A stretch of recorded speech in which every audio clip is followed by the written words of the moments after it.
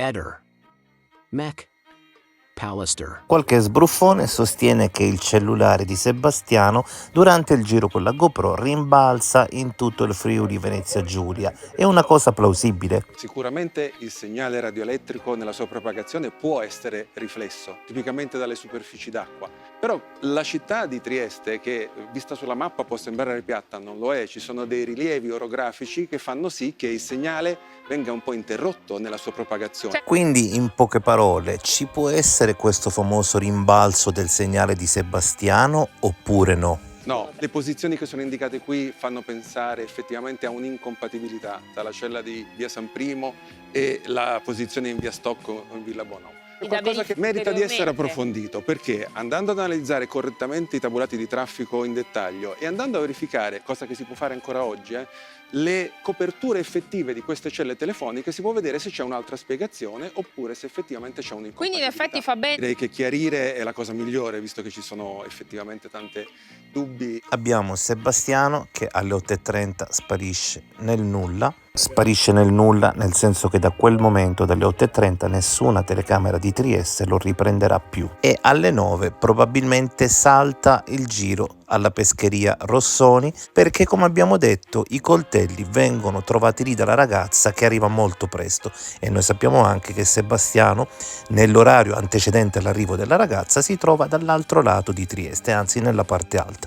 Quindi sembra chiaro che non può essere passato quella mattina. Libera quella fascia oraria e si troverebbe nel magazzino, ma in realtà noi sappiamo anche che quella mattina il telefono nel magazzino non prenderà o sarà spento, sarà quasi l'unica volta nella storia. E inoltre sappiamo che i consumi elettrici non saranno compatibili con il lavoro che Sebastiano all'interno di quel luogo avrebbe dovuto svolgere. Come se ciò non bastasse, Sebastiano darà molte versioni discordanti della sua giornata, dopodiché tirerà fuori il video della GoPro il 14 gennaio. E anche questo video, come abbiamo visto, ha una serie di incongruenze che non finiscono mai.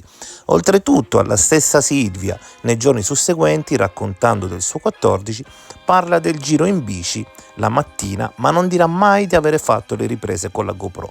L'elemento GoPro esce fuori solo molti giorni dopo, come se gli fosse venuto in mente dopo. Con tutta questa serie di elementi, però, la procura non si schioda dall'ipotesi del suicidio e quando uno glieli prospetta, loro si mettono a ridere, dicono che gossip e trovano sempre un modo per dire che Sebastiano non può assolutamente centrare, quasi come se nello specifico il loro ruolo sia di difendere Sebastiano e non di indagare tutti i personaggi potenzialmente coinvolti in questa vicenda. Riguardo al bunker antiatomico di Sebastiano, facciamo notare che il telefono del Visintin rimane acceso ma non ha campo e, pertanto, non produce nessun tipo di traffico. Il telefono del Visintin rimane acceso, con la connessione dati disattivata, e non può, pertanto, produrre traffico dati ma solo telefonico. In quest'arco temporale però non ha alcuna chiamata né in entrata né in uscita, sempre in riferimento a tale buco di circa 3 ore sul tabulato telefonico dell'utenza in uso a Visintin Sebastiano. Questo ufficio richiedeva al fornitore di energia elettrica Acegas Apsamga di fornire i dati relativi al consumo effettivo di elettricità per il giorno 14 dicembre 2021 nello studio laboratorio di via Donadoni 36.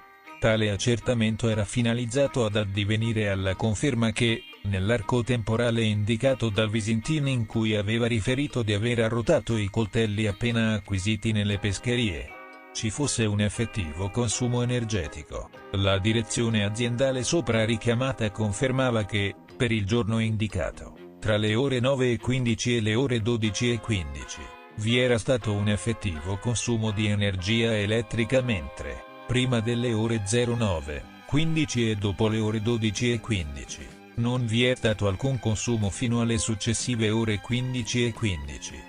A partire da quest'ultimo orario si aveva un nuovo consumo che si protraeva fino alle ore 15:45.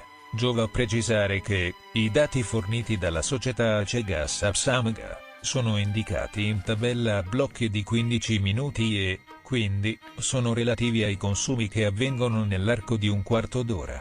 Ciò premesso, pertanto, si specifica che non è possibile risalire ad un orario preciso di inizio o di fine consumo di energia elettrica ma, bensì solo all'arco temporale in cui c'è stato tale consumo. Sebastiano mi ha riferito che lui era ritornato a casa alle 10:30 per lasciare la bici, per prendere l'auto e recarsi in città in quanto aveva delle cose da fare per ritornare a casa verso le 2:30. In una sit qualche tempo fa abbiamo letto che Sebastiano a un certo punto posteggia l'auto e nella confusione si dimentica dove l'ha messa. Non ci siamo mai chiesti chi l'ha aiutato a ritrovare quest'auto quella mattina. Torniamo ancora una volta per un attimo al video della guida turistica più famosa del Friuli Venezia Giulia. Facciamo notare, su segnalazione di Sergio, che i pantaloni di Sebastiano potrebbero sembrare inzuppati di acqua. Il riferimento è in particolare alle porzioni che vanno dalle ginocchia in giù.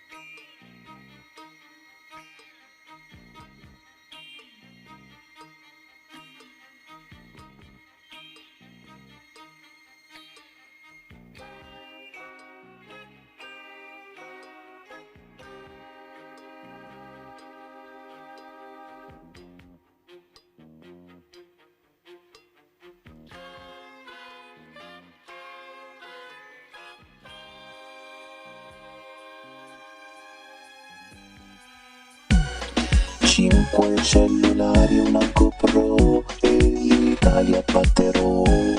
6 campani li inquadrerò, l'orario io conquisterò. 5 cellulari, una GoPro e l'Italia batterò. 6 campani li inquadrerò, l'orario io conquisterò. Ehi, non dimenticare di iscriverti a questo canale.